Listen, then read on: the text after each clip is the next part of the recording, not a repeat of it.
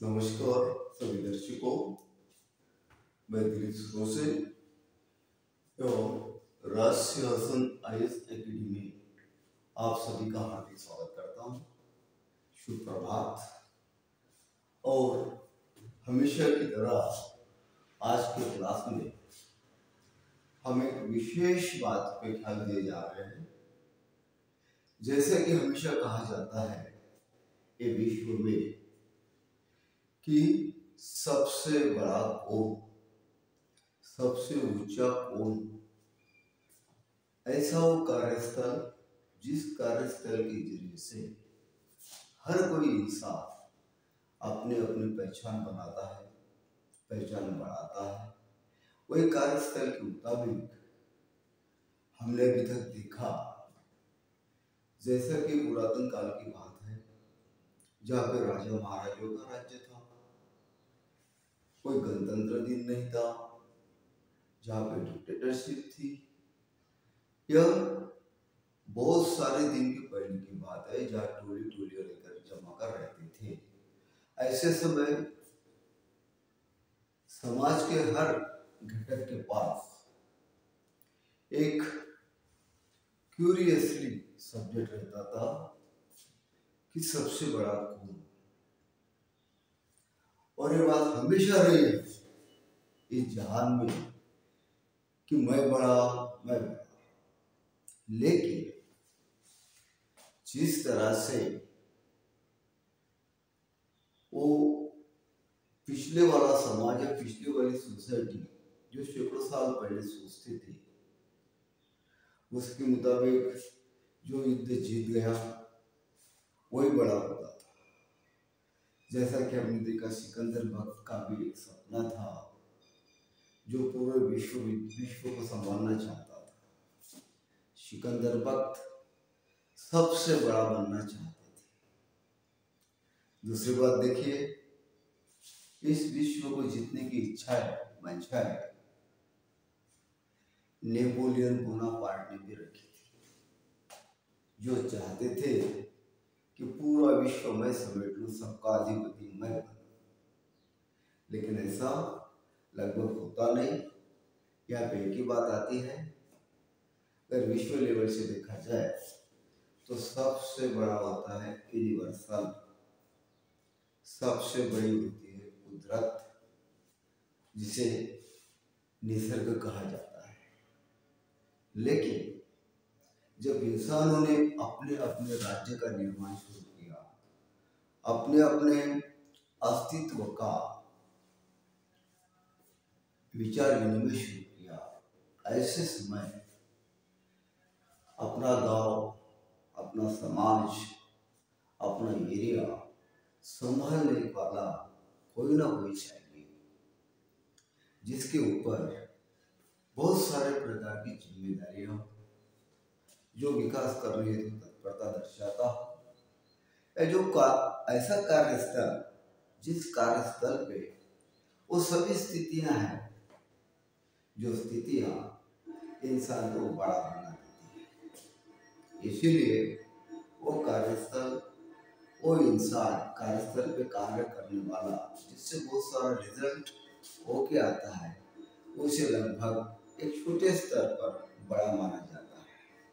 अब इसके बाद हम ये देखते हैं, जैसा कि हमारे देश के अंदर, कोई भी देश हो विश्व में, जो भी देश हो, हर देश में ये स्थिति रहती, बहुत सारे जन साधारण इंसानों के दिल में ये रहता कि हमारे देश में या हमारे स्टेट में कौन बड़ा होगा, सबसे बड़ा कौन होगा। एक कुतूहल का विषय है, एक जिज्ञासा का विषय है कि कौन किसके रैंक पे आकर कौन किससे बड़ा होता है।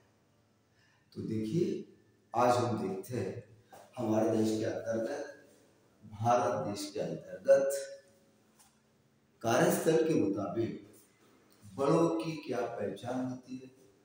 बड़ा, सबसे बड़ा, उससे छोटा, उससे छोटा, यानी ऊपर से लेकर नीचे तक जो बहुत सारी स्टेट लेवल या सेंट्रल लेवल की जिम्मेदारियां संभालने हेतु हमारे राज्य घटना ने ऐसे कुछ जगह का निर्माण किया, उस जगह को, उस चेयर को ऐसे कुछ अधिकारों का प्रदत्तीकरण करवाया के मुताबिक आज का क्लास होगा जो जन सामान्य के लिए, दर्शकों के लिए तथा परीक्षार्थियों के लिए जनरल नॉलेज पर बहुत ही महत्वपूर्ण होगा, जिसके लिए हर किसी की इच्छा होती है कि सबसे बड़ा हो।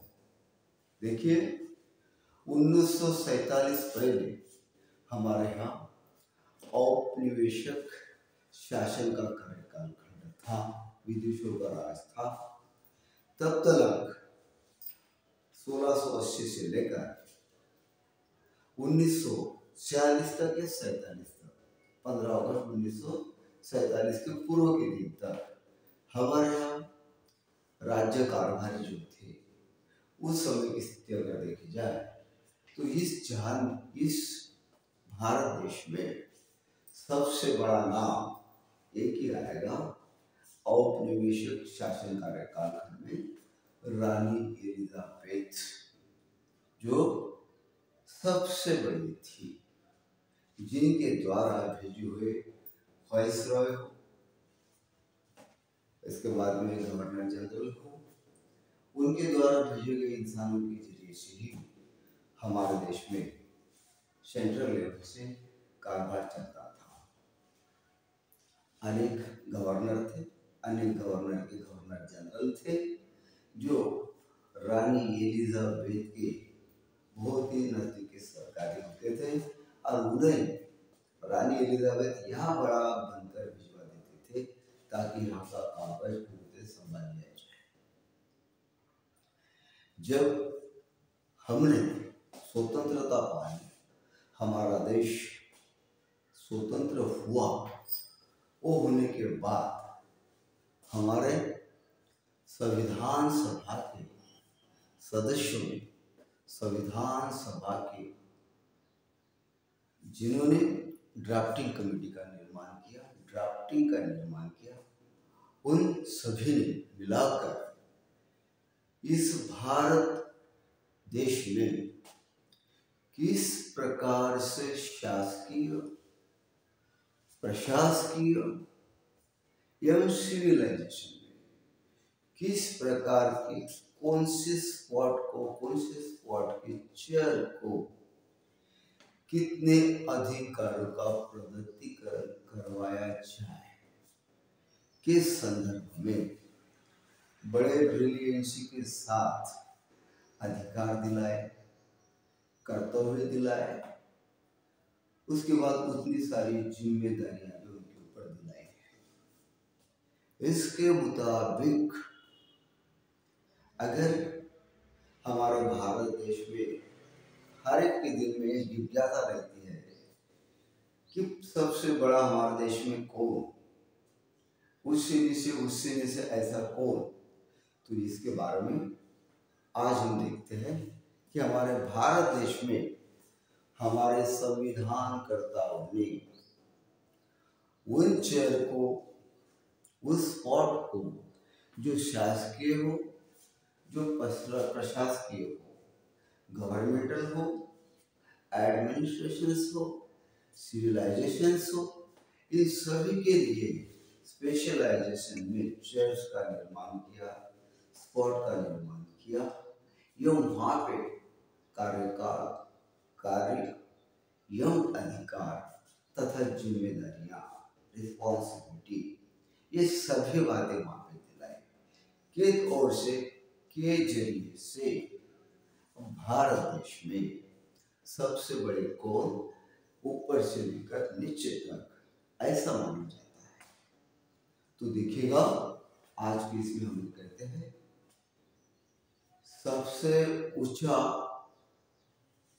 घटनाकारों ने कौन से स्थान को बनाया के मुताबिक मध्यवर्ती सरकार एवं राज्य सरकारें तथा केंद्र शासित प्रदेश, जो केंद्र की ओर से चलाया जाता है, राज्य सरकारें, जो राज्य सरकार की जनता चुनाव के द्वारा अपने अपने रिप्रेजेंटेटिव भेजकर राज्य विधानमंडल के जरिए से राज्य चलाया जाता है, एवं केंद्र शासन या मध्यवर्ती सरकार सेंट्रल गवर्नमेंट ये सांसद चुनकर मेंबर ऑफ पार्लियामेंट के द्वारा उस सेंट्रल गवर्नमेंट को चलाया जाता है।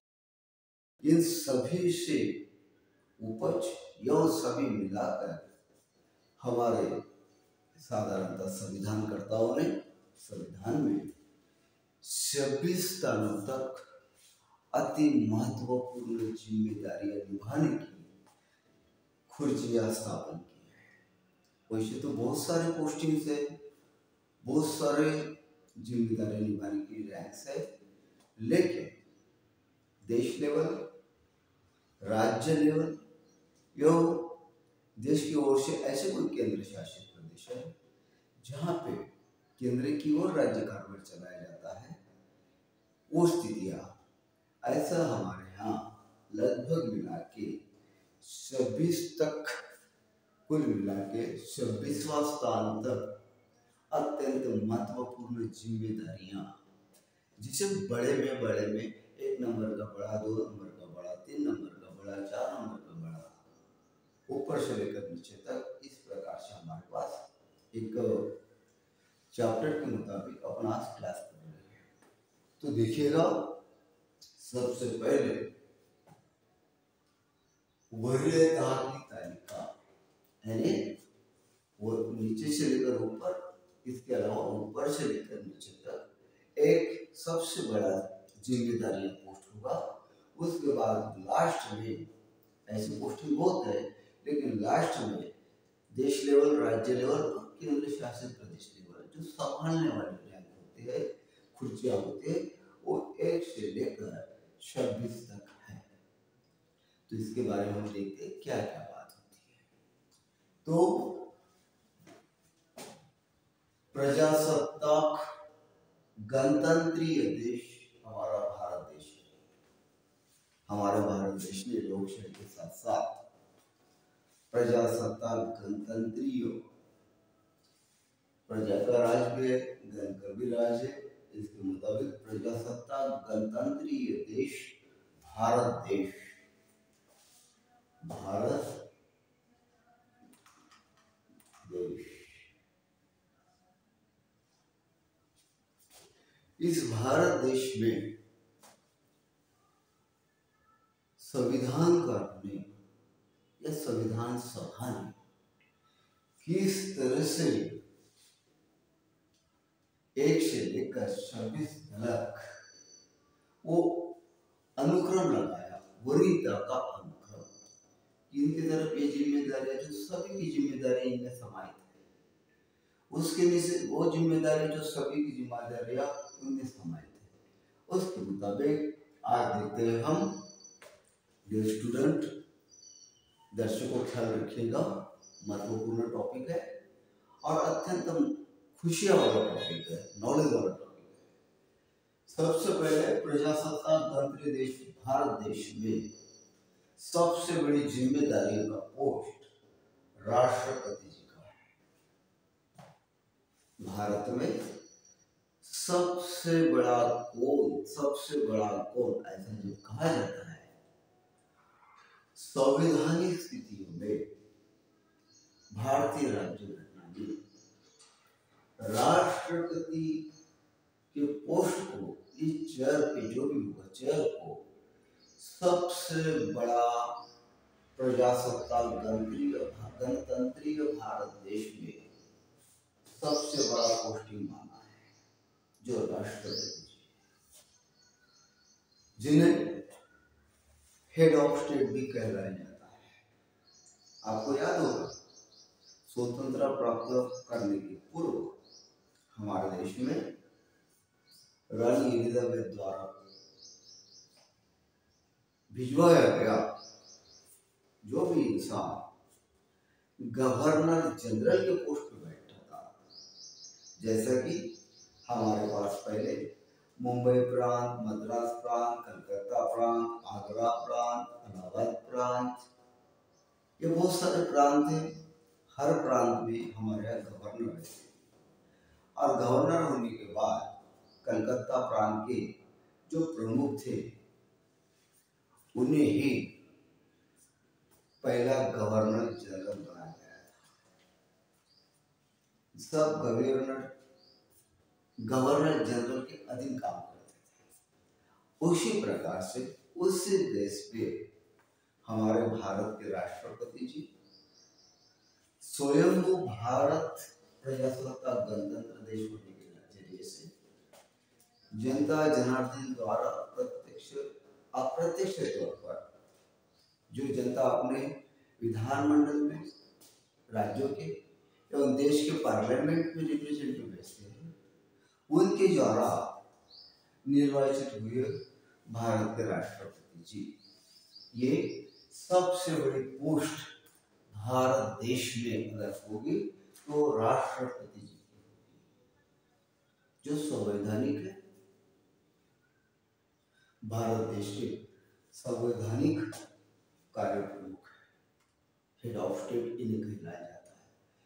ये नीचे की जितने भी 25 रैंक वाली कुर्सियां हैं, जिम्मेदारी निभाने वाली कुर्सियां हैं, ये सब का हेड ऑफ यह पे माना जाता है जो राष्ट्रपति जी है। भारत सरकार का बहुत सारा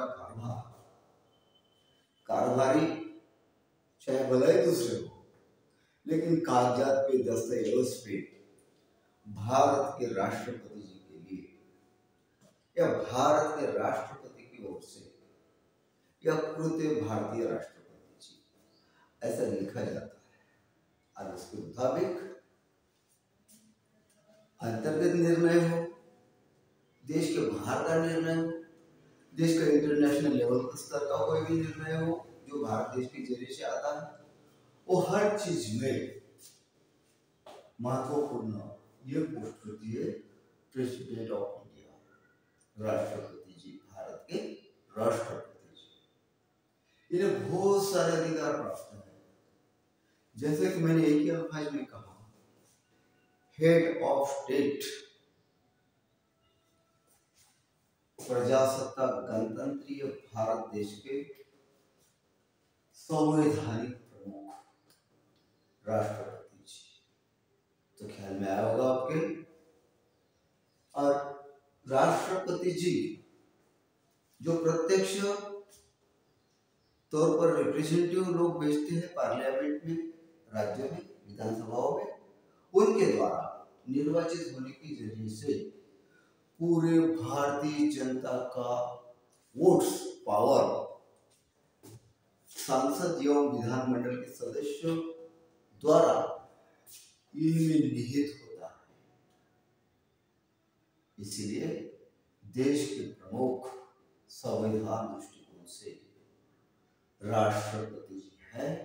और भारत देश में प्रजासत्ताक गणतंत्र देश में प्रजासत्ताक गणतंत्रात्मक देश जो भारत है, सबसे बड़े कौन, तो सबसे बड़े राष्ट्रपति जी है।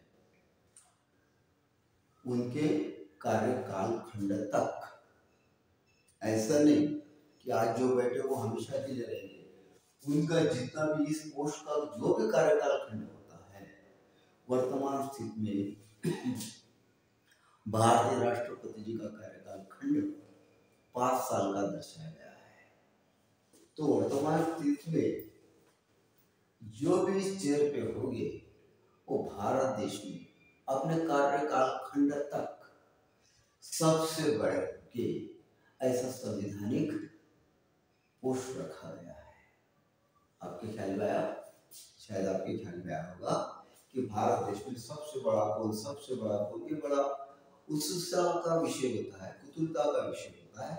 तो हेड ऑफ स्टेट होते हैं माननीय राष्ट्रपति जी, भारत सरकार। अब देखते हैं सबसे बड़े होने के बाद थोड़ा नीचे अधिकार के जरिए से, तो वहां पे नाम नंबर आता है, क्रमांक आता है उपराष्ट्रपति। उपराष्ट्रपति जो होते हैं वो भी मेंबर ऑफ पार्लियामेंट के जरिए से जो सदस्य रिप्रेजेंटेटिव लोग भेजते हैं चुनवा कर, राज्यसभा और लोकसभा सदस्य, इन दोनों के द्वारा इनका निर्वाचन होता है, निर्वाचन मंडल से। लेकिन मेंबर ऑफ पार्लियामेंट में जो दो सभाएं हैं, सभागृह है संसद में, एक लोकसभा और एक राज्यसभा, इन दोनों के सदस्य ही इनका निर्वाचन करते हैं, जिन्हें उपराष्ट्रपति जी कहते हैं। राष्ट्रपति जी के, यद्यपि राष्ट्रपति जी प्रेजेंट नहीं है, यद्यपि राष्ट्रपति जी का पद किसी कारणवश,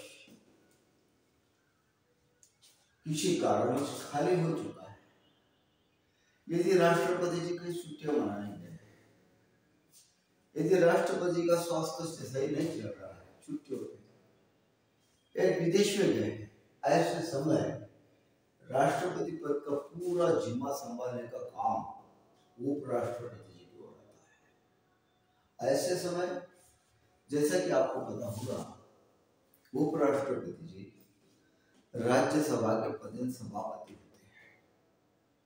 लेकिन जब राष्ट्रपति जी का स्थान रिक्त है, ऐसे समय उस स्थान के काम को संभालने का पूरा जिम्मा माननीय उपराष्ट्रपति को उड़ाता है। ऐसे समय उपराष्ट्रपति जब राष्ट्रपति का जिम्मा संभाल रहे हैं, कामकाज संभाल रहे हैं, ऐसे समय वो राज्यसभा के पदच्युत सभापति का कार्यकाल खंड नहीं चला सकते जब तक राष्ट्रपति रिटर्न इस पद पे आते हैं। तब तक पहले उपराष्ट्रपति या जो राष्ट्रपति होते हैं, वो सभी जिम्मेदारियां उन्हें निभानी पड़ती है। तो देश में सबसे पहला जिम्मेदारी निभाने वाला सबसे ऊंचा स्थान राष्ट्रपति जी का, उनके बाद में वरीयता के मुताबिक क्रमांक 2 का जिम्मेदारी निभाने वाला और देश का सबसे बड़ा क्रमांक 2 का बड़ा स्थान होगा तो माननीय उपराष्ट्रपति जी का होता है। ये संवैधानिक है। हमारे घटनाकारों ने इसी पद की खुर्चियों को पूरे अधिकार जो भी करना था उसका प्रगतिकरण करवाया है हमारे देश के घटनाकारों ने। इसके बाद देखते हैं हम माननीय प्रधानमंत्री जी। अब प्रधानमंत्री जी का पद, पोस्ट एवं प्रधानमंत्री सभी जनता के परिचित होते हैं, सभी जनता के परिचित होते हैं कि जो प्रत्यक्ष हमारे देश की जनताओं से निर्वाचित होकर जाते हैं। गुप्त मतदान पद्धति द्वारा प्रत्यक्ष तौर पर मतदान होता है, और जो कि एक प्रधानमंत्री बनने के पहले संसदीय सीट से चुनाव लड़ते हैं। यद्यपि संसदीय सीट से चुनाव लड़ते हैं तो कभी कभार ऐसा मौका आता है कि राज्यसभा की ओर से भी प्राइम मिनिस्टर बनाए दिए जाते हैं किसी कारणवश, वो बात अलग पड़ती। लेकिन माननीय प्रधानमंत्री प्रजासत्ताक गणतंत्रीय भारत देश में सबसे टॉप से क्रमांक 3 पे आते हैं। इनकी जिम्मेदारियां क्रमांक वरीयता के क्रम के मुताबिक, कार्यस्थल के मुताबिक क्रमांक 3 पे दिलाई गई है हमारे घटनाकारों में, हमारे संविधान नेताओं ने। अब प्रधानमंत्री के बारे में तो हर कोई जानता है। प्रधानमंत्री बनने के पहले लोकसभा का सदस्य होना जरूरी है, जो प्रत्यक्ष तौर पर गुप्त मतदान पद्धति द्वारा जनता उन्हें एक संसदीय सीट से निर्वाचित करती है, जो किसी पार्टी का एक गणमान्य नेतागण का श्रेणी में आता है। और प्राइम मिनिस्टर बनाने हेतु यद्यपि किसी पार्टी को पूरी तरह बहुमत प्राप्त हो, 2/3 संबंधित 543 भारत सरकार की जो संसदीय सीटें है उसमें से यद्यपि 2/3 जीते हुए उम्मीदवार बन जाते हैं उस पार्टी के, या तो मेंबर ऑफ पार्लियामेंट के जरिए से, मेंबर ऑफ पार्लियामेंट की तरह। तो उनके नेता, संसदीय दल के नेता जो सांसद चुनकर आए उसका चुनाव करते हैं अपने पार्टी से, और टूटर बहुमत क्लियर है, स्पष्ट है, तो माननीय राष्ट्रपति जी देश में सरकार बनाने हेतु जिन पार्टी को स्पष्टता के तौर पर बहुमत है, स्पष्टता के तौर पर बहुमत है, उन्हें बुलाया जाता है। और स्पष्ट बहुमत होने के बाद संसदीय दल का नेता चुनकर आए हुए सांसद अपने पार्टियों के द्वारा संसदीय दल का नेता घोषित करते हैं, और जिस पार्टी को स्पष्ट बहुमत प्राप्त हो चुका है उस नेता को माननीय राष्ट्रपति जी जो प्रथम स्थान पे है वो इन्हें बुलाते हैं प्राइम मिनिस्टर बनाने के लिए और सरकार स्थापन करने के लिए। जब प्रधानमंत्री जी किसे बनाया जाए, ये जीते हुए दल के अंतर्गत का सवाल होता है। यद्यपि पूर्णतः बहुमत स्पष्ट नहीं है तो कोलिशन सरकार बनाई जाती है दूसरी पार्टी से कुछ सपोर्ट लेकर, बाहरी सपोर्ट, अंतर्गत सपोर्ट। उसके बाद में अविश्वास प्रस्ताव, ये सभी प्रक्रिया होती है। कुछ दिन के बाद, 30 दिन के बाद, जब तक राष्ट्रपति जी समझ लेते हैं कि आपको प्रधानमंत्री बनाया जाता है या आपके जरिए से सरकार स्थापित की जाती है, लेकिन उसका शक्ति विश्वास प्रस्ताव, शक्ति परीक्षण, या कुछ 30 दिन के बाद लाया जाएगा। तो 30 दिन के बाद अगर वो प्रस्ताव पारित हो जाता है तो सरकार बनी रहती है, और उस सरकार के प्रमुख माननीय प्रधानमंत्री जी फिर ये राष्ट्रपति जी के नाम से जो भी निर्णय लेना पड़ेगा वो भारत के राष्ट्रपति के ओर से माननीय प्रधानमंत्री जी प्रत्यक्ष तौर पर, जैसे कि वास्तविक कार्यकारी प्रमुख के नाम पर प्रजासत्ताक गणतंत्रीय भारत देश के माननीय प्रधानमंत्री जी वास्तविक कार्यकारी प्रमुख के तौर पर कहलाए जाते हैं। ऐसा संविधान में प्राइम मिनिस्टर का पोस्ट लिखा नहीं है। राष्ट्रपति जी को राज्य कारभार चलाने हेतु एक कैबिनेट होगी, जिसे कैबिनेट मंत्रिमंडल कहलाया जाएगा, और उस मंत्रिमंडल का जो मुखिया होगा, प्रमुख होगा, उसे माननीय प्रधानमंत्री कहलाया जाएगा। हेड ऑफ स्टेट राष्ट्रपति जी प्रथम क्रमांक पे। इस देश का कारोबार चलाने के लिए राष्ट्रपति जी को एक कैबिनेट की जरूरत होगी, जिसे कैबिनेट मंत्रालय कहा जाएगा, और इस कैबिनेट का हेड ऑफ कौन होगा? प्रधानमंत्री। कैबिनेट का, देश का नहीं, सरकार का प्रमुख प्रधानमंत्री जी होंगे, और जो भी निर्णय लिया जाता है देश के अंतर्गत कारोबार का, देश के बहिर्गत कारोबार का, मंत्रिमंडलीय सदस्य समिति होती है, हर एक विषय की समितियां होती है, लेकिन कैबिनेट किचन, एक कैबिनेट मिनिस्ट्री जो अलग प्रयास रखती है, उसका जो निर्णय होता है वो देश के लिए होता है, और वो निर्णय लेने के बाद वो डिसीजन की संबंधित जानकारी राष्ट्रपति जी को दिलाई जाएगी। फिर राष्ट्रपति जी की ओर से ओके सूचना आते ही उस देश में लागू किया जाएगा। तो प्रत्यक्ष तौर पर घटनात्मक प्रमुख राष्ट्रपति जी, इस बात ध्यान में रखना, वास्तविक कार्यकारी प्रमुख तौर पर प्रधानमंत्री जी, और वास्तविक कार्यकारी परिषद जो होती है वो कैबिनेट मंत्रिमंडल की होती है। वास्तविक कार्यकारी परिषद जो होती है वो भारत देश के कैबिनेट मंत्रिमंडल की होती है।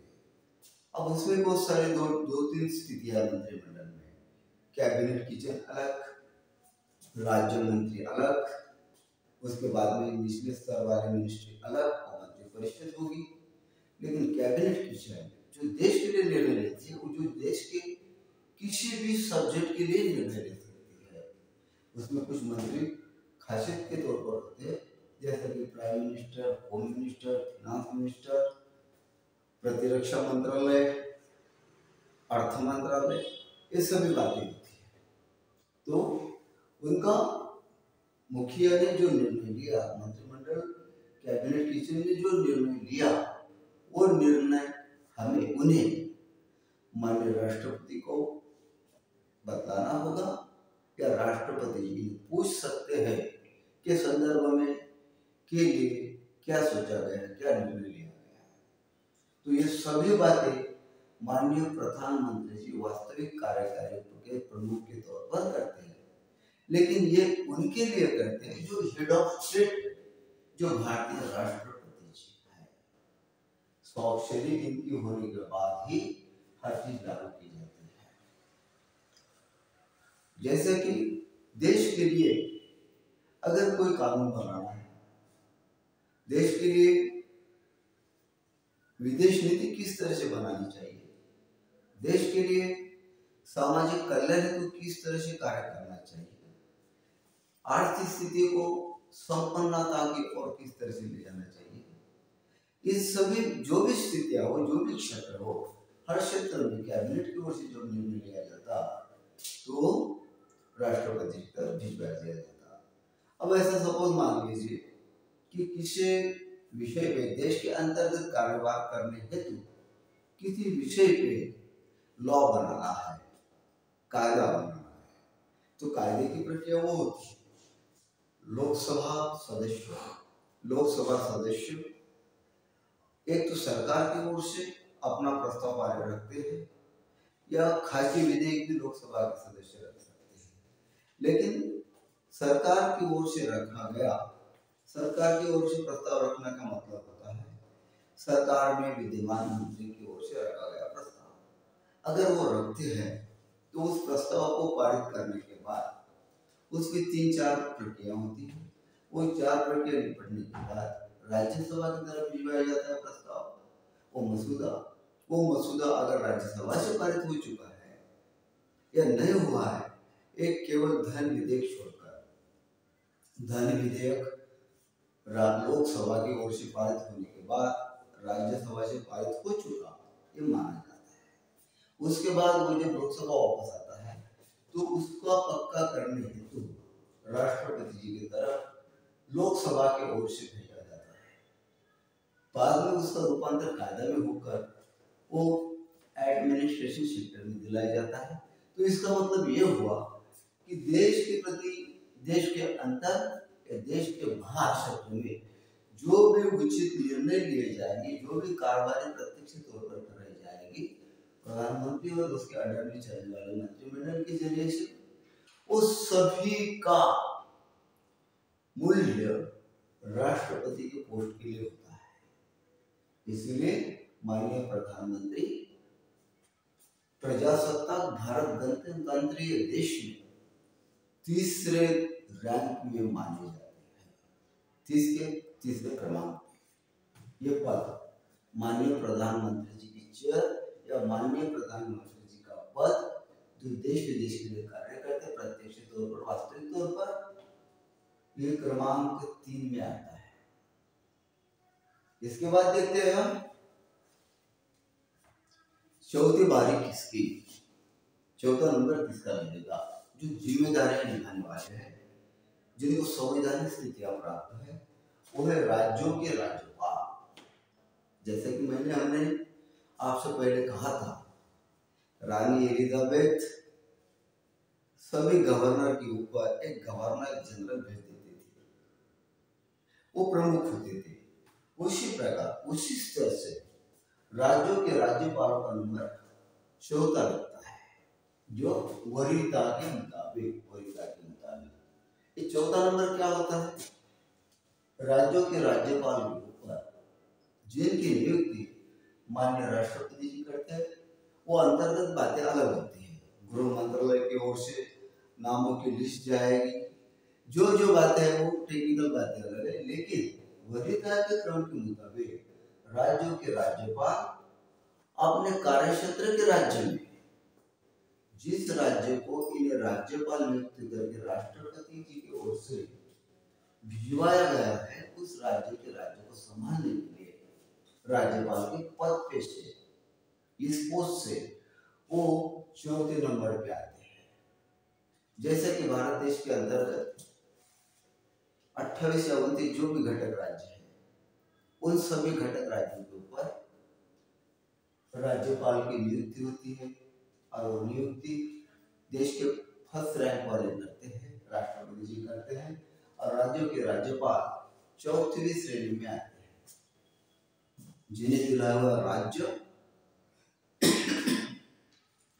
वहां का विधानमंडल, विधान भवन, वहां की जनता, उस स्टेट के कानून, उस स्टेट की जनता जनार्दन के लिए कल्याणकारी योजनाएं, उस स्टेट का फिनांस, जो भी स्थितियां हो, उस स्टेट में बनाए जा रहे विधि नियम कायदे, उनके ऊपर यद्यपि किसी राज्य में विधानमंडल में कायदा पारित किया जाता है, तो सम्मान्य विधानमंडल में एमएलए की ओर से पारित हो चुका है, वो मसूदा राज्यपाल के शिवाय हस्ताक्षर के पक्के में नहीं हो सकता, पारित नहीं हो सकता। ये स्थिति राज्य के राज्यपाल की होती है। राज्य के लिए अगर कानून बनाना है, विधानमंडल की ओर से पारित हो चुका है, वो प्रस्ताव राज्यों के राज्यपाल के पास जाएगा, वो सोचेंगे, चाहे तो आप भी कह सकते हैं, चाहे तो ना भी कह सकते हैं, पुनर्दुरुस्ती के लिए वो वापस भी भेज सकते हैं, या उन राज्य के लिए राज्य कारभार के तौर पर माननीय मुख्यमंत्री जी को बुला भी सकते हैं, संदेश भी मंगवा सकते हैं, या कुछ सलाह भी दे सकते हैं। और एक राज्य का पूरा कार्यक्षेत्र जिस राज्य में वो है, वहां का पूरा कारभार संभालने के लिए घटनात्मक प्रमुख एक राज्य के लिए ये गवर्नर होते हैं, जिन्हें राज्यपाल जी कहलाया जाता है, उन्हें गवर्नर कहलाते हैं। और ये सभी स्टेट के गवर्नर के प्रमुख राष्ट्रपति यानी उस समय के गवर्नर जनरल होते हैं। ठीक है, तो एक राज्यपाल अपने राज्य के मंत्रिमंडल के प्रमुख को, मुखिया को यानी मुख्यमंत्री जी को सलाह मशवरा भी दे सकते हैं, सूचना भी मांग सकते हैं, बुला भी सकते हैं, और किसी विषय पे वो चर्चा भी कर सकते हैं। एक राज्य के राज्यपाल इस तरह से एक घटक राज्य की पूरी जिम्मेदारियां निभाते, जो शासकीय भी होती है, जो प्रशासकीय भी होती है, और इनका पूरा रिपोर्ट देश के हेड ऑफ स्टेट राष्ट्रपति जी को भिजवा दिया जाता है। तो इसके लिए चौथे रैंक पे राज्यों के राज्यपाल आते हैं।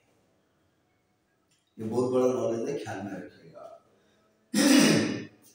इसके बाद पांचवी श्रेणी आती है भूतपूर्व राष्ट्रपति जी, यानी वो राष्ट्रपति जी जिन्होंने अपने कार्यकाल खंड का 5 साल की सेवा राष्ट्र को समर्पित कर चुके हो, और अब वो भूतपूर्व हो चुके हैं, जो किसी पद पे नहीं है, वो उनकी श्रेणी 5 रैंक पे पकड़ी है। उसके साथ साथ हमारे देश में कभी कभार ऐसी टेक्निकल स्थिति आती है कि प्रधानमंत्री जी को उप प्रधानमंत्री को नियुक्त करना पड़ता है, जो एक राष्ट्र की स्थित्यंतर की बात होती है, पॉलिटिकली बात होती है, वो बहुत सारी अंतर्गत बातें होती है।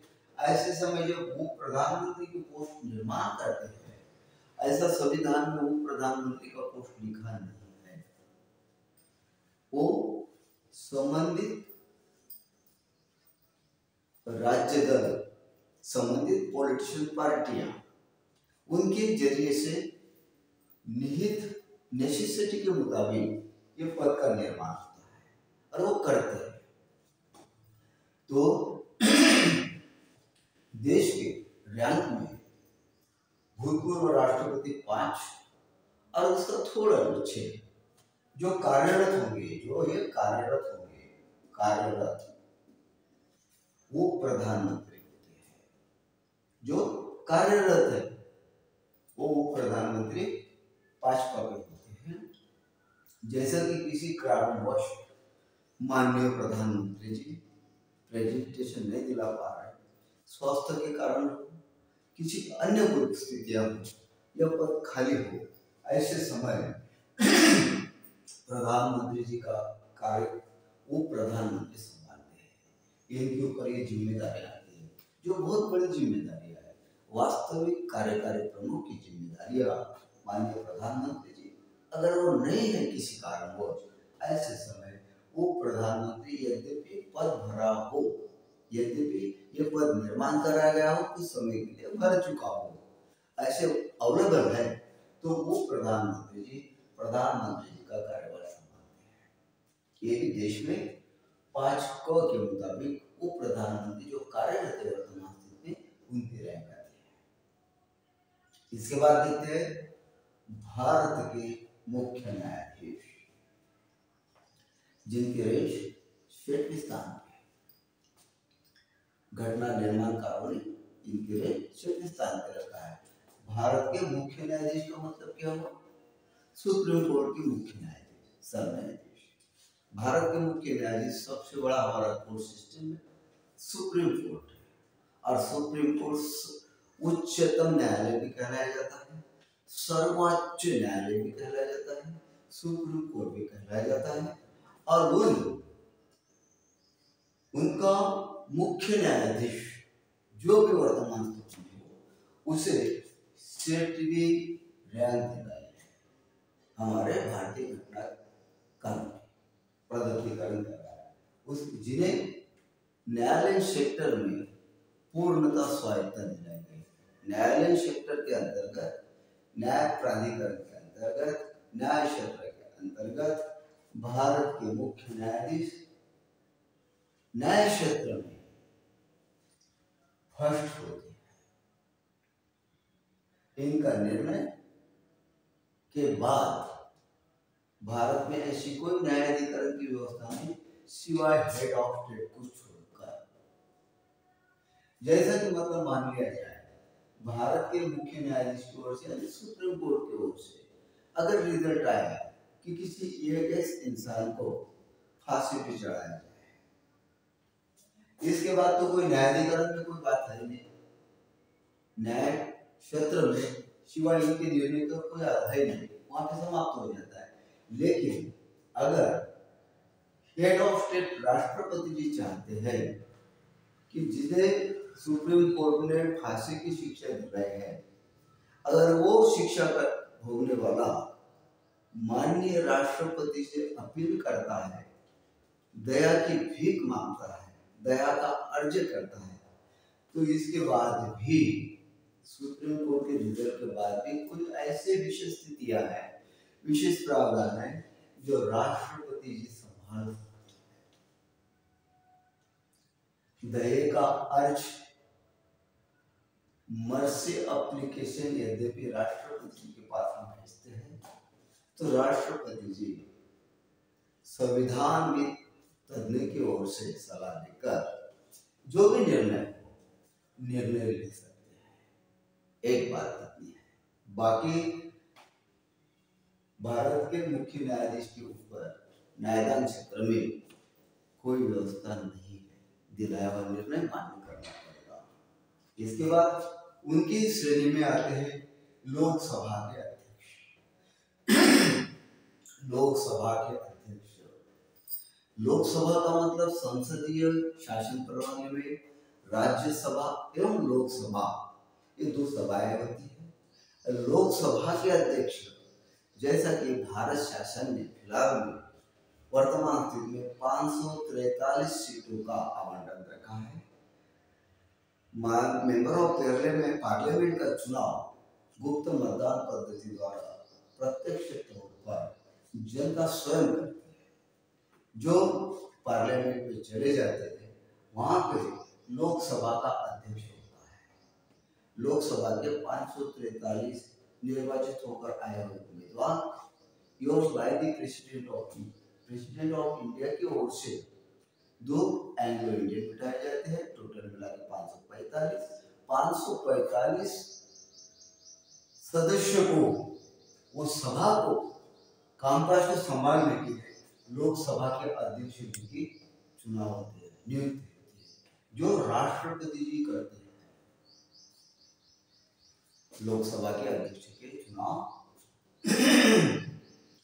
उनमें से होता है, जो चुनकर आए हैं उनमें से होता है, लेकिन सम्मति राष्ट्रपति जी की होती है। तो लोकसभा के अध्यक्ष चुनकर आए हुए उम्मीदवारों में से लोकसभा का अध्यक्ष चुन लिया जाता है, जो पूरी तरह लोकसभा को संभालता है। और लोकसभा के अंतर्गत लोकसभा सदस्य भी होते हैं, उनमें से लोकसभा सदस्यों के ओर से ही अध्यक्ष निर्वाचित होते हैं।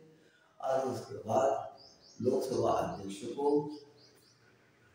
संसद में से बनी हुई सरकार, जो मंत्रिमंडल सदस्य होते हैं, जो लोकसभा के सदस्य होते हैं, जो मेंबर ऑफ पार्लियामेंट के सदस्य होते हैं, वो मंत्रिमंडलीय सदस्य प्रत्यक्ष तौर पर लोकसभा में बैठे हुए बाकी के मेंबर ऑफ पार्लियामेंट एवं लोकसभा सदन तथा देश के व्यापक हित के लिए पूछे जाने वाले अधिवेशन कार्यकाल खंड में सवाल जवाब देश के मेंबर ऑफ पार्लियामेंट सदस्य लोकसभा के अध्यक्ष के द्वारा मंत्रिमंडल से पूछते हैं। तो जो भी सवाल पूछना है संसद सदस्य लोकसभा अध्यक्ष जी से करते हैं, और लोकसभा अध्यक्ष को ही माननीय मंत्रिमंडलीय समिति के सदस्य को उन्हें जवाब देना पड़ता है। तो लोकसभा अध्यक्ष इस देश का शेट्टी रेंज में रखा गया स्थान है। यह बहुत बड़ा पोस्ट है। इन्हें ऐसा मान के चलिए कि अप्रत्यक्ष रीत्या जनता जनार्दन के रिप्रेजेंटेटिव को, यानी देश की जनता को संभालना पड़ता है लोकसभा अध्यक्ष को। अंतर्गत जो भी लोकसभा के अंतर्गत जो भी समितियां, विषयवार समितियां स्थापन की जाती है, तो इनका होकार होना उसमें जरूरी होता है, इनके परमिशन होना जरूरी होती है। लोकसभा के अध्यक्ष का कार्यकाल खंड जब तक हमारी लोकसभा है, जीवित है, तब तक रहता है। लेकिन यद्यपि हमारी सरकार किसी कारणवश हमें जिसे उन्हें 5 साल का जीवनदान मिला है, वो 5 साल के भीतर अगर कभी कभार सरकार नहीं बच सकती, ऐसे समय लोकसभा के अध्यक्ष का पद एवं लोकसभा अध्यक्ष बहाल होते हैं, उनकी बहाली रहती है जब तक नए चुनाव, नया दूसरा लोकसभा अध्यक्ष नहीं बनता, तब तक इनको संभालने का महत्वपूर्ण काम संविधानकर्ताओं ने दिया है। यद्यपि मानिए वर्तमान स्थिति में जो सरकार चल रही है, केंद्र में जो भी पार्लियामेंट्री स्थिति है, ऐसे समय लोकसभा अध्यक्ष है। जो चुनाव होते हैं या किसी कारण अन्य कारणवश लोकसभा भंग कराई जाती है या सरकार की वापसी होती है, ऐसे समय भी सभी मेंबर ऑफ पार्लियामेंट सदस्य घर वापसी चले जाते हैं, सरकार की भी वापसी हो जाती है। लेकिन ये फर्क बनी हुई जो अध्यक्ष जी है, जब तक दूसरा अध्यक्ष जी लोकसभा को प्राप्त नहीं होते, दूसरा चुनाव नहीं होता, तब तक के लिए बने रहते हैं। और इनकी तरफ बहुत बड़ी जिम्मेदारी होती है, जो जनता जनार्दन के वास्तविक स्थिति की सवाल जवाब केंद्रीय कैबिनेट की ओर से मेंबर ऑफ पार्लियामेंट लोकसभा अध्यक्ष के जरिए से करते हैं। इतनी बात ख्याल में रखिएगा। इसके बाद देखते हैं 7 नंबर है केंद्रीय मंत्री, राज्य मुख्यमंत्री, राज्यसभा लोकसभा विपक्ष नेता, उपाध्यक्ष नीति आयोग के तथा भूतपूर्व प्रधानमंत्री। जरा देखिए, 7वें स्थान का जिम्मा प्रजासत्ताक गणतंत्रीय देश भारत ने 7वें स्थान का जिम्मा दिलाया गया है केंद्रीय मंत्री। जैसे मैंने कहा, सेंट्रल मिनिस्ट्री, कैबिनेट की चाहिए केंद्रीय मंत्री। जितने भी घटक राज्य है उन घटक राज्यों के मुख्यमंत्री, उसके बाद राज्यसभा लोकसभा के विपक्षी नेता एवं उपाध्यक्ष और नीति आयोग के अध्यक्ष तथा भूतपूर्व प्रधानमंत्री, ये आते हैं 7वें श्रेणी में देश के अंतर्गत। प्रजासत्ताक गणतंत्रीय भारत देश 7वें श्रेणी पे आने वाले ये होते हैं जो केंद्रीय मिनिस्टर होते हैं। अब केंद्र के जो मंत्री होते हैं, कैबिनेट मंत्री होते हैं, हर किसी को पता है, जो संसद का चुनाव चुनकर जाएंगे, दल का नेता प्रधानमंत्री बनेंगे और प्रधानमंत्री ही ये लोग केंद्रीय मंत्री बनाएंगे, जिसकी सम्मति के लिए लिस्ट राष्ट्रपति को भिजवा दी जाएगी और राष्ट्रपति जी केंद्रीय मंत्री को शपथ दिलाएंगे। ये होते केंद्रीय मंत्री। हर एक केंद्र में बोले तो देश लेवल पे अपने अपने विभाग का जिम्मा निभाने की जिम्मेदारी केंद्रीय मंत्री को दिलाई गई है। महत्वपूर्ण जिम्मेदारियां इनको दिलाई गई है। लेकिन देश के अंतर्गत किसी विषय पर कोई भी विभाग हो, उन विभागों के ऊपर निर्णय लेने के लिए केंद्रीय मंत्री में भी केंद्रीय कैबिनेट की जरूरत है, वो निर्णय लेते हैं।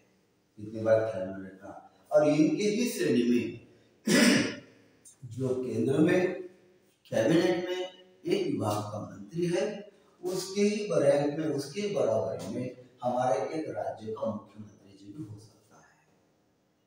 जो केंद्र में एक विभाग की जिम्मेदारी निभाते हैं केंद्रीय मंत्री, राज्य में पूरे राज्य की जिम्मेदारी निभाते हैं माननीय मुख्यमंत्री जी। माननीय मुख्यमंत्री जी का चुनाव हमारे यहाँ राज्य में विधानमंडल से होता है, जिसे एमएलए या एमएलसी कहलाया जाता है, मेंबर ऑफ लेजिस्लेटिव असेंबली, राज्य विधानसभा सदस्य या विधान परिषद सदस्य, जहाँ पे विधान परिषद अलॉट हो। सभी स्टेट में विधान परिषद नहीं है और विधानसभा सभी स्टेट में है। विधानसभा की ओर से बहुमत प्राप्त दलीय नेता माननीय मुख्यमंत्री बनने के लिए माननीय गवर्नर राज्यपाल की ओर एप्लीकेशन करते हैं या राज्यपाल में ई गवर्नमेंट के लिए और राज्यपाल को अपना नाम दे सकते हैं।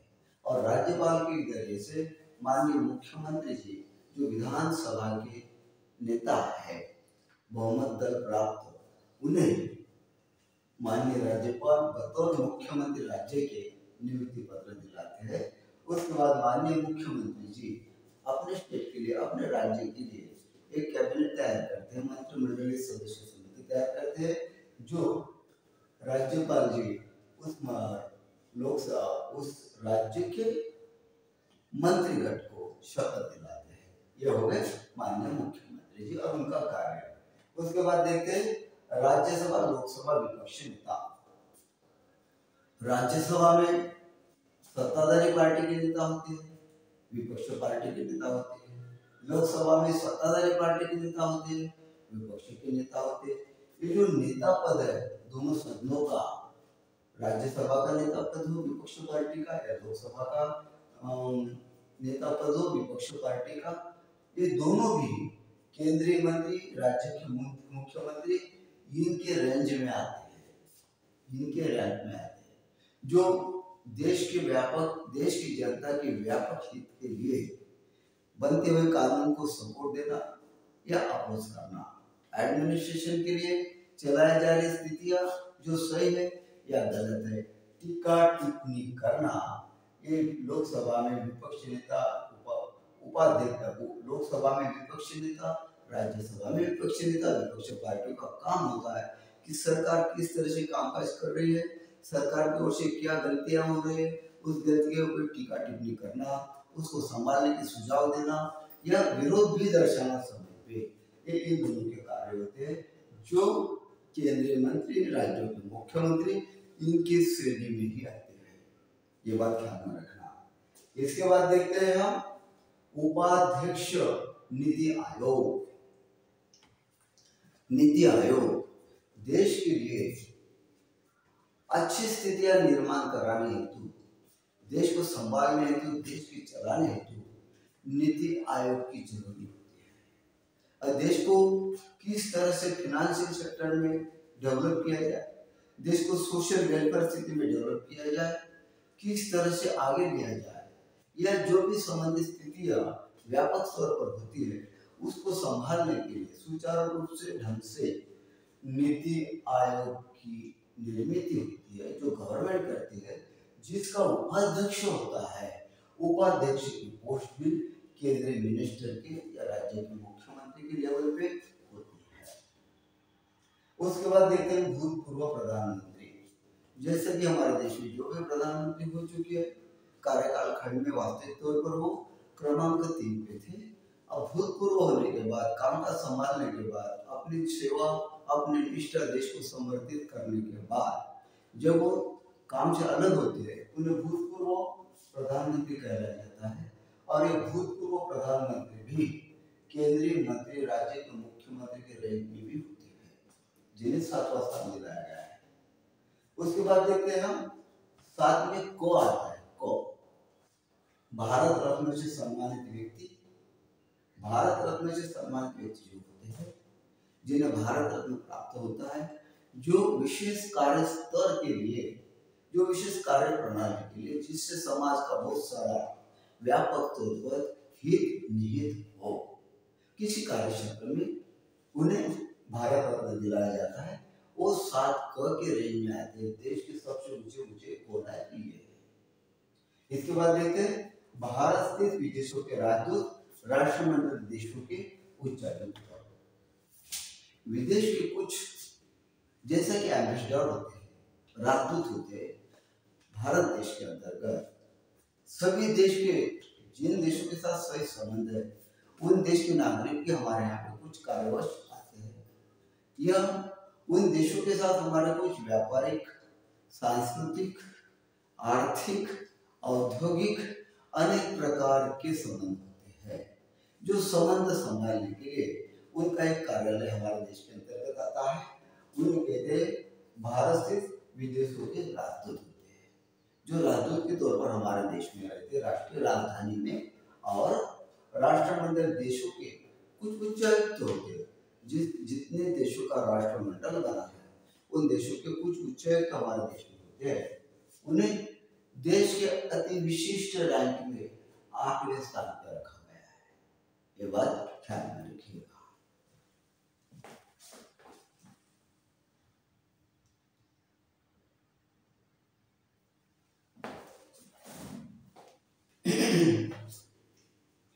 उसके बाद प्रजासत्ताक गणतंत्रीय देश भारत देश में उच्चतम न्यायालय के न्यायाधीश, उच्चतम न्यायालय के न्यायाधीश यानी हाई कोर्ट के न्यायाधीश, ये 90 श्रेणी में आते हैं, जिन्हें हाई कोर्ट जिस राज्य में होगा और अपने अपने कार्य क्षेत्र में, जैसा कि एक स्टेट है, एक स्टेट के हाई कोर्ट की मेन ब्रांच एक जगह पे है और हाई कोर्ट की वही स्टेट में और 2 ब्रांचेस बनाई गई है, तो 3 कार्य क्षेत्र हो गए। उच्चतम न्यायालय के न्यायाधीश, उच्चतम न्यायालय के न्यायाधीश, यहाँ पे हाई कोर्ट का सवाल नहीं, यहाँ पे सुप्रीम कोर्ट का सवाल है। सॉरी, उच्चतम न्यायालय के न्यायाधीश यानी सुप्रीम कोर्ट के अन्य न्यायाधीश जो सर न्यायाधीश के अलावा होते हैं, वो देश के होते हैं सुप्रीम कोर्ट के उच्चतम न्यायालय के न्यायाधीश, और वो देश ने उन्हें 90 श्रेणी पे रखा है। इसके बाद में जो उच्चतम न्यायालय के न्यायाधीश, सर्वोच्च उच्चतम न्यायालय के न्यायाधीश मुख्य न्यायाधीश को सपोर्ट करते हैं, वो होते हैं न्यायदान क्षेत्र में, ये है 90 श्रेणी में आते हैं। उसके बाद देखते हैं 9 को संघ लोक सेवा आयोग के अध्यक्ष, मुख्य निर्वाचन आयुक्त, भारत के नियंत्रक, महालेखा परीक्षक। ये बहुत बहुत बड़ी पोस्ट होती है। संघ लोक सेवा के अध्यक्ष, जिसे UPSC union public service commission कहलाया जाता है, जो देश की केंद्रीय सेवाओं के लिए व्यापक स्तर पर प्रतियोगिताएं, परीक्षाएं एवं पर्सनल इंटरव्यू एवं वो वास्तविकता उस कैंडिडेट में देखी जाती है जो उसके काबिल हो। इसके क्षेत्र में केंद्रीय लेवल की सेवाएं जितनी भी होती है उन सेवाओं का व्यापक क्षेत्र होता है। उस व्यापक क्षेत्र में कामकाज संभालने तो जिन जिन पोस्ट की भर्ती करना होती है उसके लिए संघ लोक सेवा आयोग की स्थापना की जाती है और उसके जरिए से ही देश में संघीय क्षेत्र में केंद्रीय नागरिकरण की सेवाएं की भर्तियां की जाती है। जो अपना अपना स्तर होता है, अपनी अपनी स्थितियां होती है, अपना अपना पद के मुताबिक पोजीशन होती है। ये काम संघ लोक सेवा आयोग के अध्यक्ष जी करते हैं तथा कभी कभार संघ लोक सेवा आयोग के अध्यक्ष को राष्ट्रपति जी सलाह भी मांग सकते हैं। तो ये होता है संघ लोक सेवा आयोग के अध्यक्ष का काम। इनकी श्रेणी में 9 के श्रेणी में मुख्य निर्वाचन आयुक्त भी आते हैं। देश के अंतर्गत जो भारत मुख्य निर्वाचन आयुक्त भारत देश जो राष्ट्रपति जी, उपराष्ट्रपति जी, लोकसभा, विधानसभा यहाँ तक चुनाव लेते हैं। लोकसभा, राज्यसभा, विधान परिषद, विधानसभा इस स्तर तक चुनाव लेते हैं। वो भारत के मुख्य निर्वाचन आयुक्त होते हैं जो चुनाव के द्वारा देश को एक शासन दिलाने की व्यवस्था करते हैं।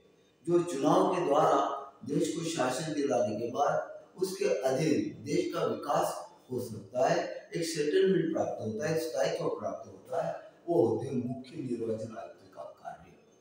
यह राज्य लेवल पे कॉर्पोरेशंस, जिला परिषद, जिला पंचायतें, ग्राम पंचायतें, नगर निगम इनकी चुनाव करने के लिए राज्य लेवल पे जो निर्वाचन आयोग होता है उसके मुखिया का नियुक्तिकरण भी मुख्य निर्वाचन आयुक्तों को करना पड़ता है। ये उनके कार्य होते हैं। और भारत के नियंत्रक भारत के महालेखा परीक्षक, ऑडिटर जनरल एवं कंट्रोलर, भारत के लेखा निरीक्षक, महालेखा परीक्षक, घटनाकारों ने देश के अंतर्गत होने वाले फाइनेंशियल कारोबार किस तरह से चलाया जा रहा है। देश के घटनाकारों ने देश की ओर से शासन जिस प्रकार से विभिन्न विभागों के अंतर्गत कारभार करता है उसमें कितना रुपया खर्चा हुआ, कितने ओर से पैसा लाया गया और किस स्थिति में किया गया, क्या जरूरी था, क्या नहीं जरूरी था, एक सभी बातों का कामकाज का लेखांकन करने का काम इनका होता है महालेखा परीक्षक। एक बहुत बड़ी भारत स्टेट की पोस्ट है महालेखा परीक्षक और जिन्हें भारतीय जनता का रुपया का हिसाब लेकर भारतीय जनप्रतिनिधि के संसद के समक्ष पटल पर रखना पड़ता है, जो राष्ट्रपति के द्वारा रखा जाता है। इनकी पूरी रिपोर्ट राष्ट्रपति को दिलाई जाती है। राष्ट्रपति जी हेड ऑफ स्टेट है, प्रथम रैंक के, वो संसद के पटल पर रखते हैं। तो देश की जनता का पैसा का विनिमय एवं उपज किस तरह से हो रहा है और जिनके द्वारा किए गए कामकाज सेंट्रल गवर्नमेंट के जो भी विभाग हो उस सभी के लिए महालेखा परीक्षक नियंत्रित करता है। इसके साथ भारत के नियंत्रक भी होते हैं जो हर स्थितियों में अपना ख्याल रखते हैं, हर कारोबारी में अपनी दर्शिता दिलाते हैं। कंट्रोलिंग अथॉरिटी इन्हें दिलाई है हमारे घटनाकारों ने। क्यों?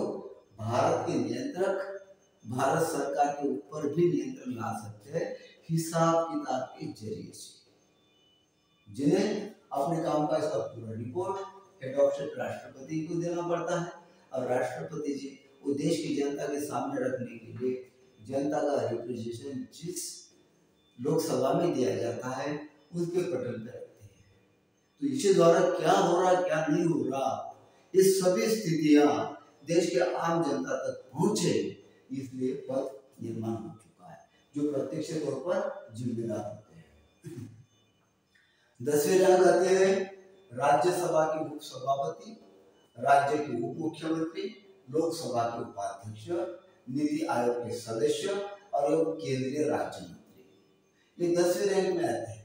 राज्यसभा के उप सभापति, राज्यसभा के सभापति ऑलरेडी भारत के उपराष्ट्रपति जी होते हैं। उसके बाद में राज्यसभा के चुनाव लेकर राज्यसभा में जितने भी संबंधित सदस्य हैं उनमें से चुनाव कर उप सभापति का चुनाव होता है।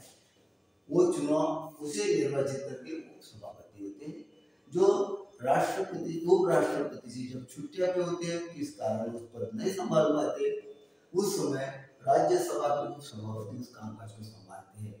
उपराष्ट्रपति के मुताबिक नहीं तो राज्यसभा के सभापति के पद हेतु ये जिम्मेदारियां संभालते हैं।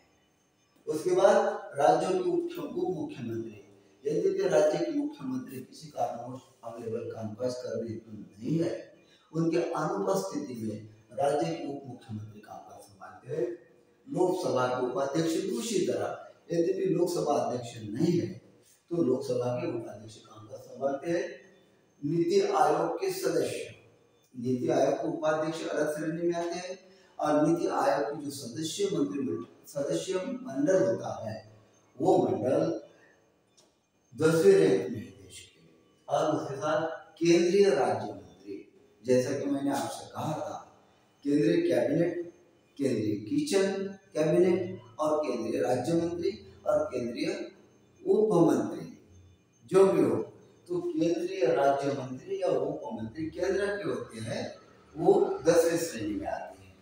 उसके बाद में देखते हैं हम भारत के महान्यायवादी, मंत्रिमंडल सचिव, केंद्र शासित प्रदेश के अपने क्षेत्र के उपराज्यपाल, ये 11वें श्रेणी में आते हैं। देश ने इन्हें 11वें श्रेणी के जिम्मा निभाने की जिम्मेदारियां दिलाई है, जो ये है भारत के महान्यायवादी।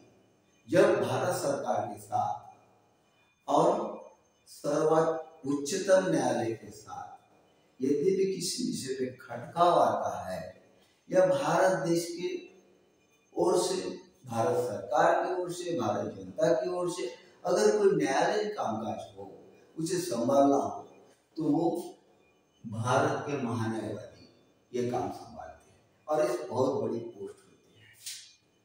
उसके बाद में मंत्रिमंडल सचिव, मंत्रिमंडल सरकार का हो गए, मंत्रिमंडल सदस्य सरकारी हो गए, उनको संभालने के लिए, उनको कामकाज की रूपरेखा दिलाने हेतु हर विभाग में, हर मंत्रिमंडल में सरकार की ओर से सचिव दिलाए जाते हैं, जो विभाग के अंतर्गत कार्य को बढ़ाने हेतु, संवारने हेतु, सुधारने हेतु, जनता जनार्दन के कल्याण करने हेतु निर्णय लेने में मंत्री के साथ में सक्षमता रखते हैं और प्रशासनिक दृष्टिकोण से कार्य संभालते हैं, वो होते हैं मंत्रिमंडल सचिव, जो महत्वपूर्ण जिम्मेदारियां होती है।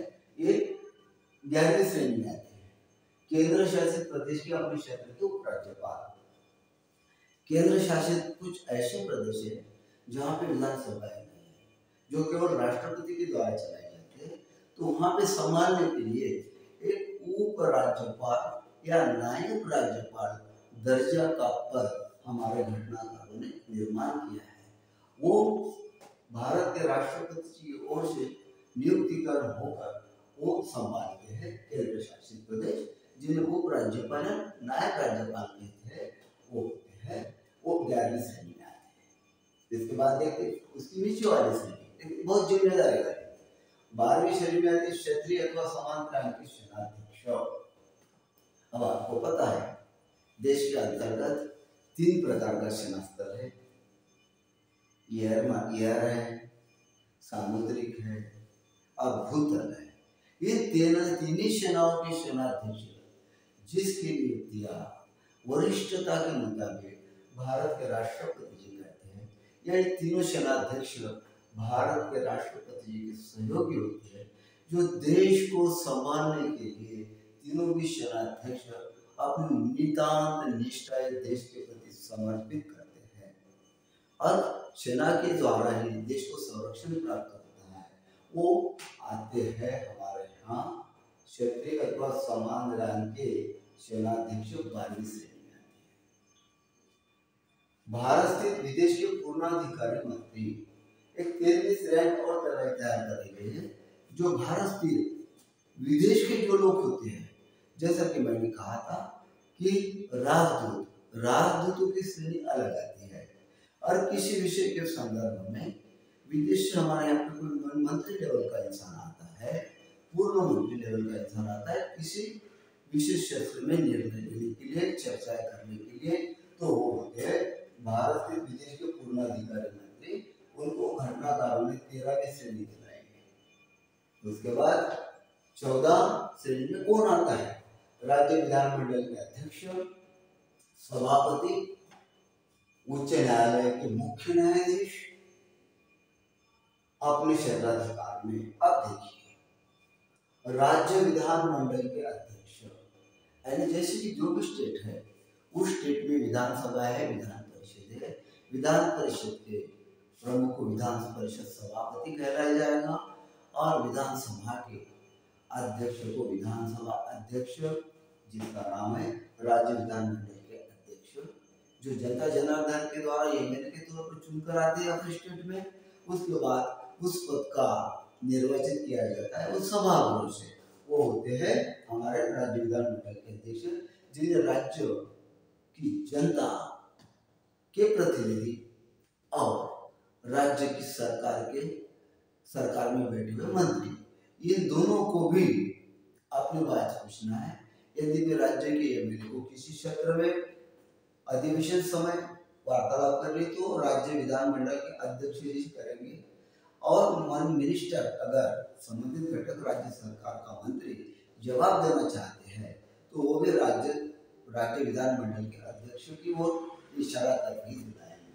तो ये बहुत बड़ी पोस्ट होती है राज्य जो राज्य की जनता को अप्रत्यक्ष तौर पर जनता का जो भी मांग है, जनता की जो भी समस्या है, इनकी समस्या लाते हैं, सरकार भी लाते हैं और जनता के प्रतिनिधि एमएलए भी लाते हैं। उसके बाद देखते हैं कि अध्यक्ष सभापति अपने विधान परिषद के सभापति अपने अपने राज्यों में, जैसे कि जितने भी स्टेट है, ये स्टेट है, ये राज्य, ये राज्य, सी राज्य अपने अपने राज्यों में होते हैं। उसके बाद में दूसरे राज्य में नहीं चल पाएगा। उच्च न्यायालय के मुख्य न्यायाधीश अपने क्षेत्राधिकार में, इनकी श्रेणी न्यायदान क्षेत्र में 14वीं रखी है। उच्च न्यायालय का मतलब हाई कोर्ट। हाई कोर्ट एक स्टेट के लिए होता है या संयुक्त स्टेट के लिए भी किया जाता है स्थापित, और एक स्टेट के अंतर्गत अगर वो उच्च न्यायालय की कुछ ब्रांचेस है तो वो भी इस श्रेणी में वहां के न्यायाधीश को पकड़ा जाएगा, गिना जाएगा। तो राज्यों के उच्च न्यायालय के मुख्य न्यायाधीश अपने क्षेत्र का अधिकार में, जहां तक उनका क्षेत्राधिकार का कार्य है, वहां तक 14वीं श्रेणी में माना जाएगा। ये महत्वपूर्ण जानकारी दिला रहा हूं, ख्याल रखिएगा। उसके बाद देखते हैं 15वीं श्रेणी में कौन आता है? राज्यों के मंत्री अपने राज्य में, केंद्र शासित प्रदेशों के मुख्यमंत्री, दिल्ली के कार्यकारी परिषद, केंद्र शासित प्रदेशों में केंद्र के उपमंत्री, ये आते हैं 15वीं श्रेणी में। और 15वीं श्रेणी एक से लेकर नीचे आकर 15वीं श्रेणी तक हम पहुंचे हैं। 15वीं श्रेणी में आते हैं राज्यों के मंत्री, यानी घटक राज्य का मंत्रिमंडल जो होता है, उनके जो मंत्रिमंडलीय सदस्य होते हैं, जो मंत्री होते हैं, वित्त मंत्री है, उद्योग मंत्री है, गृह मंत्री है, अर्थ मंत्री है, जो भी मंत्री, समाज कल्याण मंत्री है, जो भी मंत्री है, वो अपने राज्यों में, दूसरे राज्यों में नहीं, वो 15वीं श्रेणी में आते हैं, जो अपने विभाग का कारोबार संभालते हैं जनता के जिसमें निहित हित हो। उसके बाद गृह राज्य, केंद्र शासित प्रदेशों के मुख्यमंत्री।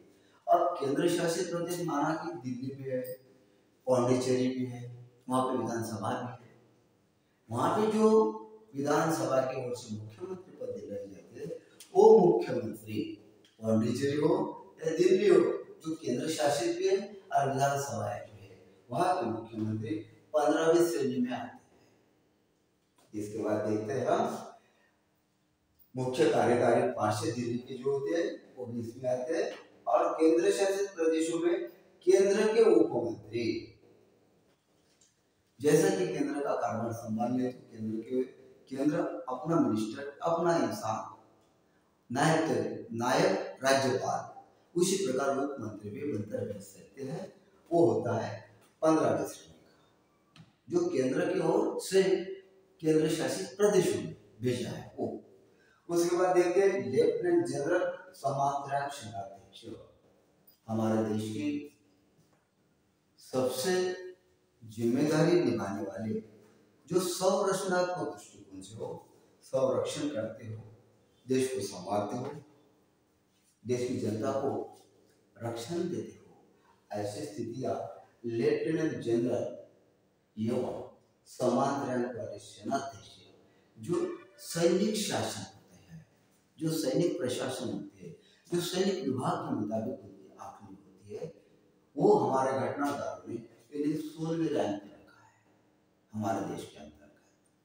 इसके बाद देखते हैं 17 में केंद्रीय प्रशासनिक ट्रिब्यूनल के अध्यक्ष होते हैं।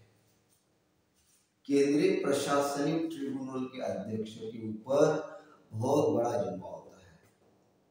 प्रशासन संरचना में जो ट्रिब्यूनल के द्वारा दिलाए गए दिशा निर्देश, डायरेक्शन के तहत पूरा देश का प्रशासन चलता है, वो ट्रिब्यूनल होता है केंद्रीय प्रशासनिक ट्रिब्यूनल, और उसके अध्यक्ष जी को 17वीं रैंक दी गई।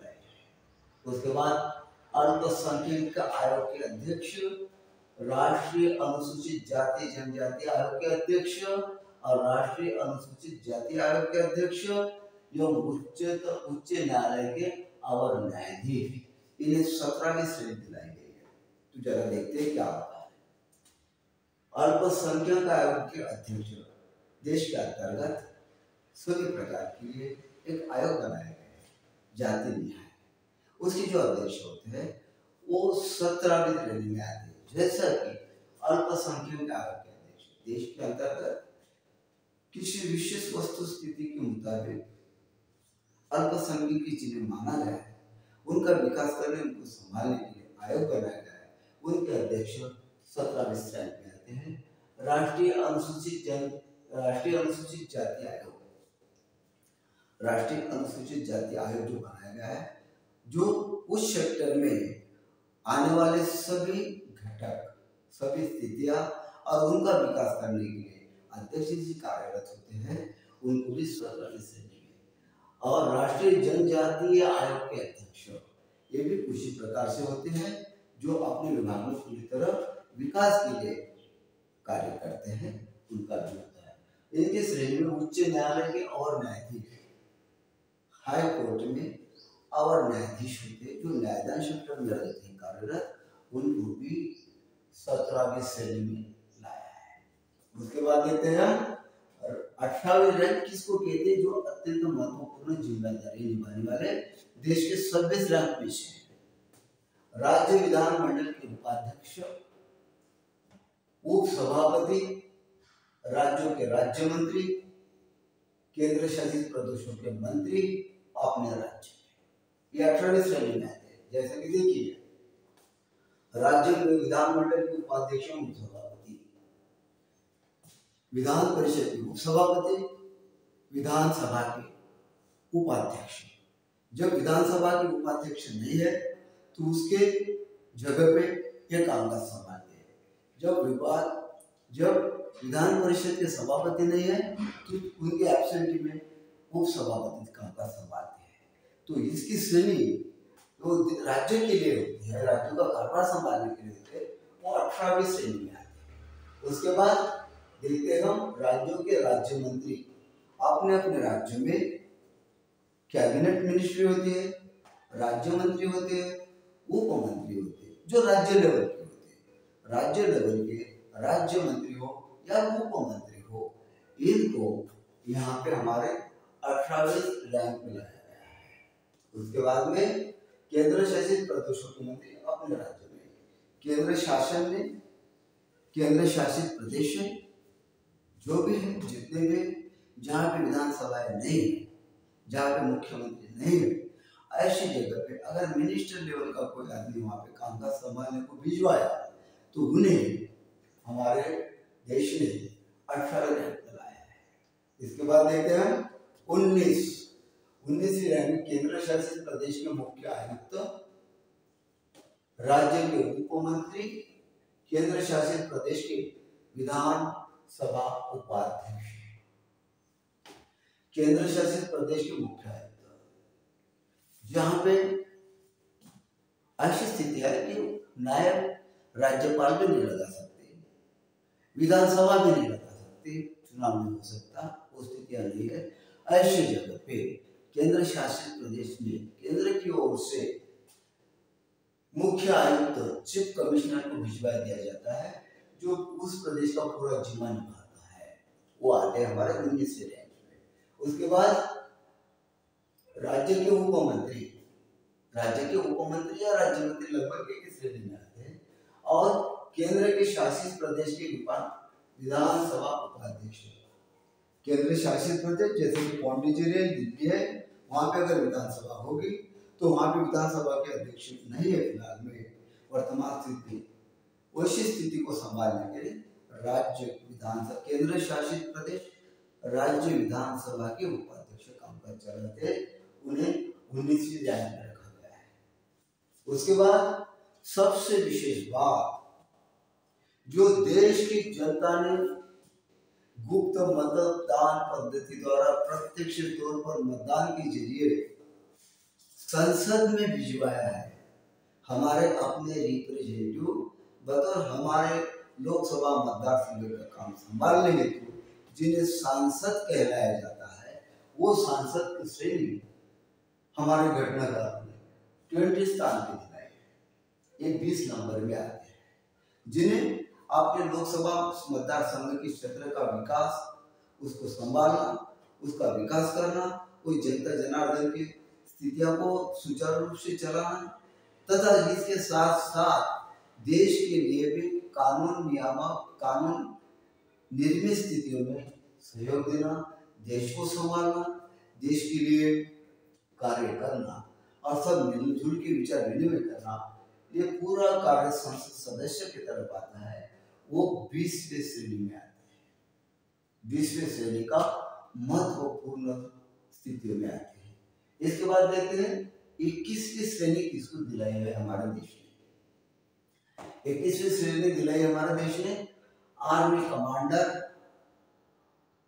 उप थल सेनाध्यक्ष, राज्य सरकार के मुख्य सचिव, गृह राज्य में भाषाई अल्पसंख्यक आयुक्त, अनुसूचित जनजाति आयुक्त, अनुसूचित जाति अनुसूचित जनजाति आयोग के राष्ट्रीय सदस्य एवं भारत सरकार के सचिव, अल्पसंख्यक आयोग के सचिव, अनुसूचित जाति अनुसूचित जनजाति आयोग के सचिव, ये सभी को 21वें श्रेणी में रखा गया है।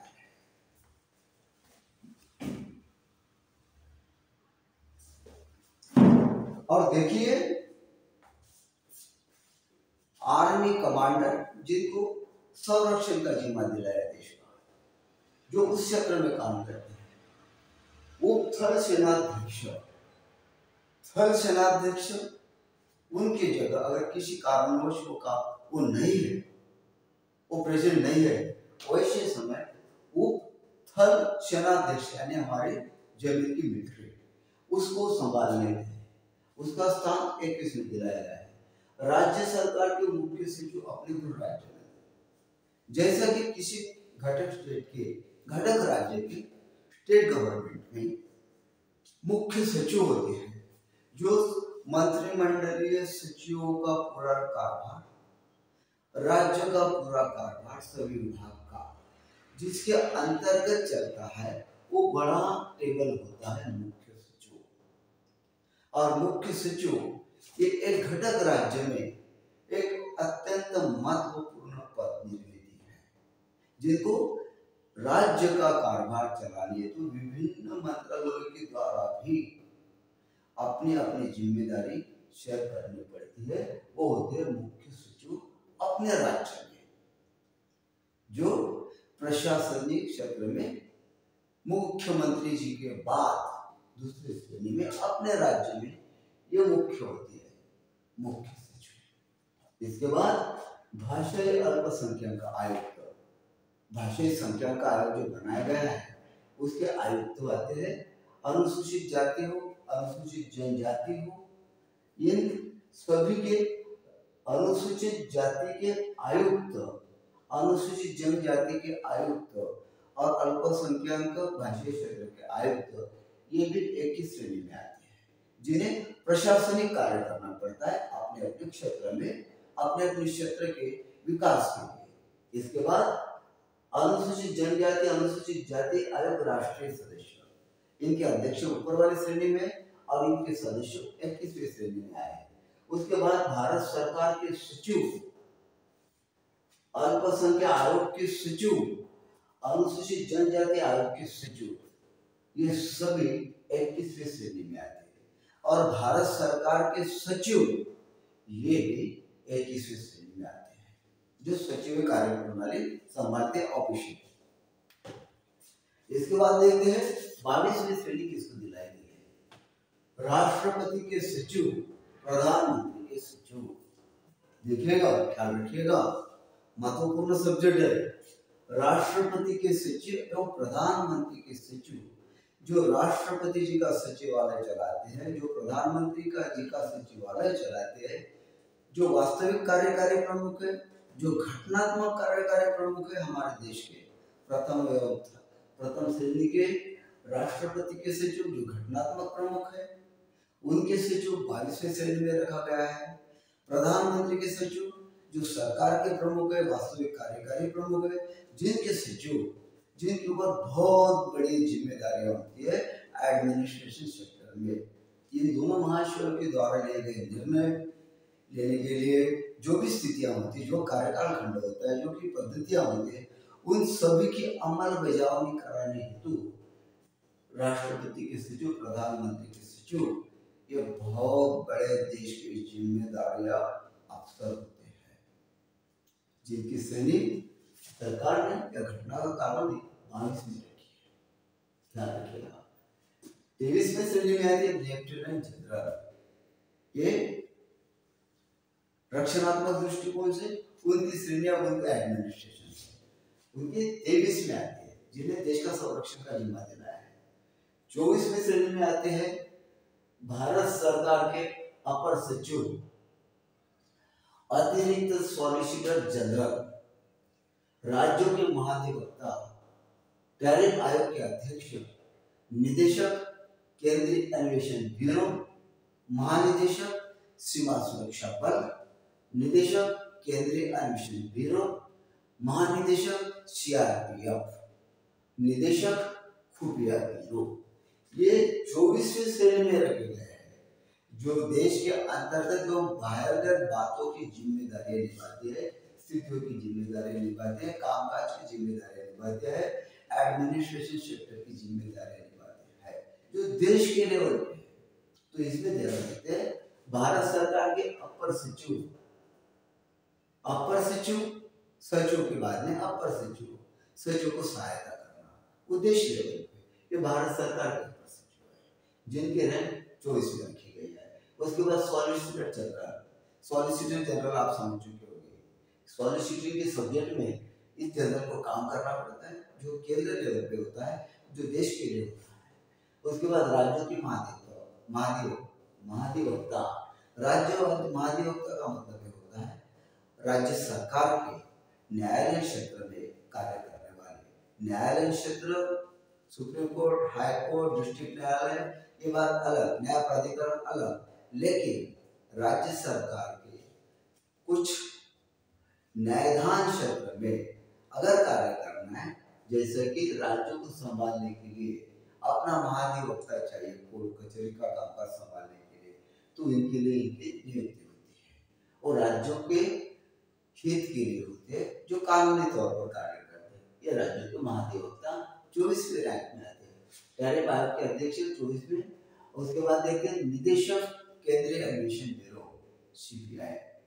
इसके जो डायरेक्टर होते हैं जिन्हें अंतर्गत मामलों में खुफिया विभाग से काम करना पड़ता है और सही प्रकरण को, सही केस को न्याय दिलाने हेतु जो भी कामकाज होता है उस CBI निदेशक केंद्रीय अन्वेषण ब्यूरो और महानिदेशक सीमा सुरक्षा बल, इनके 24वें, जिनके ऊपर देश के सीमा पे संरक्षण का जिम्मा दिलाया गया है, वो होते महानिदेशक सीमा सुरक्षा बल, महानिदेशक CRPF central reserve police force. ये सेंट्रल के अंतर्गत गवर्नमेंट सीमा रेखा के, देश के सीमा रेखा के अंतर्गत जहाँ पे भी बहुत तकलीफ सारी स्थितियाँ होती है उस समय CRPF का बल आकर शांतता स्थापित करने की प्रयास करता है, वो होते हैं महानिदेशक, उनकी चीफ सेंट्रल लेवल पे, उनको 24वीं श्रेणी दिलाई गई है। उसके बाद में होता है निदेशक खुफिया ब्यूरो इंटेलिजेंस, खुफिया विभाग, गुप्तचर के प्रमुख जो गुप्त सूचनाएं राज्य कारोबारी को दिलाते हैं। देश के अंतर्गत या देश के बाहर का जो भी स्थिति है वो गुप्तता के तौर पर ये विभाग कार्य करता है, जो प्रत्यक्ष तौर पर राज्य कारोबार चलाने हेतु मंत्रिमंडल को या प्रमुख अधिकारी को सलाह देता है, स्थितियां का वर्णन बताता है। उसके बाद 25वीं श्रेणी में आते हैं भारत सरकार के संयुक्त सचिव, भारत सरकार के संयुक्त सचिव जो 25वीं श्रेणी में केवल अकेला पद है, अकेले आते हैं। इसका मतलब दोनों सदनों के बीच में या सभी मंत्रिमंडल के बीच में या सभी विभागों के बीच में जो संयुक्त सचिव होते हैं ये होते हैं भारत सरकार के सचिव, जो 25वें श्रेणी में आते हैं। उसके बाद 26वें श्रेणी में आते हैं मेजर जनरल तथा रैंक के समान अधिकारी। मेजर जनरल मिलिट्री विभाग, रक्षणात्मक विभाग, वहां के प्रशासन में, वहां के शासन में, मिलिट्री के शासन में ये पद निर्माण किया है मेजर जनरल, तथा उनके साथ में सेम रैंक में आने वाले अधिकारी जो देश की सुरक्षा के हेतु कार्य करते हैं, जो देश के प्रति निष्ठापूर्वक अपना कार्य का प्रदर्शन करते हैं, ऐसे देश के प्रति चलने वाले मेजर जनरल पोस्ट पे जो काम करते हैं वो 26वें श्रेणी में आते हैं। तो देखिएगा दर्शकों, स्टूडेंट एवं सभी परीक्षार्थी, हमें हमेशा एक कुतूहल का सब्जेक्ट रहा है कि हमारे देश में सबसे ऊंचा कौन है, सबसे बड़ा कौन है, सबसे ज्यादा कर्तव्यगार कौन है, सबसे ज्यादा जिम्मेदारियां किसको निभानी पड़ती है, वास्तविक तौर पर या घटनात्मक तौर पर। यह सब ऐसे तो बहुत सारे वर्किंग प्लेसमेंट दिलाए गए हैं बहुत सारे ट्रिब्यूनल से, लेकिन विशेष तौर पर सेंट्रल, मध्यवर्ती सरकार, केंद्र सरकार के द्वारा चलाए जा रहे केंद्र शासित प्रदेश एवं राज्य सरकार जो देश के अंतर्गत है, इन सभी के अंतर्गत अत्यंत महत्वपूर्ण पोस्ट पर काम करने वाले जो रैंक के पद है उसके ऊपर काम करने वाले, ड्यूटी दिलाने वाले, ये सभी महानुभाव इस देश को, राज्य को संभालने वाले हैं। और ये एक बहुत बड़ा सब्जेक्ट है जो हमेशा सर्वसामान्य जनता को पता नहीं होता, एक कुतूहलतापूर्ण विषय होता है। मुझसे वो बड़ा कौन, मुझसे वो बड़ा कौन, ये सब एडमिनिस्ट्रेटिव सेक्टर एवं गवर्नमेंट सेक्टर के संदर्भ में बनाई गई घटनाकारों की ओर से संरचनाएं हैं। तो देखिएगा, आशा करता हूं कि ये वीडियो, ये क्लास आपको पसंद आया होगा। अगर आया होगा तो इसे सब्सक्राइब जरूर कीजिए और इसे जरूर देखिएगा। Thank you so much.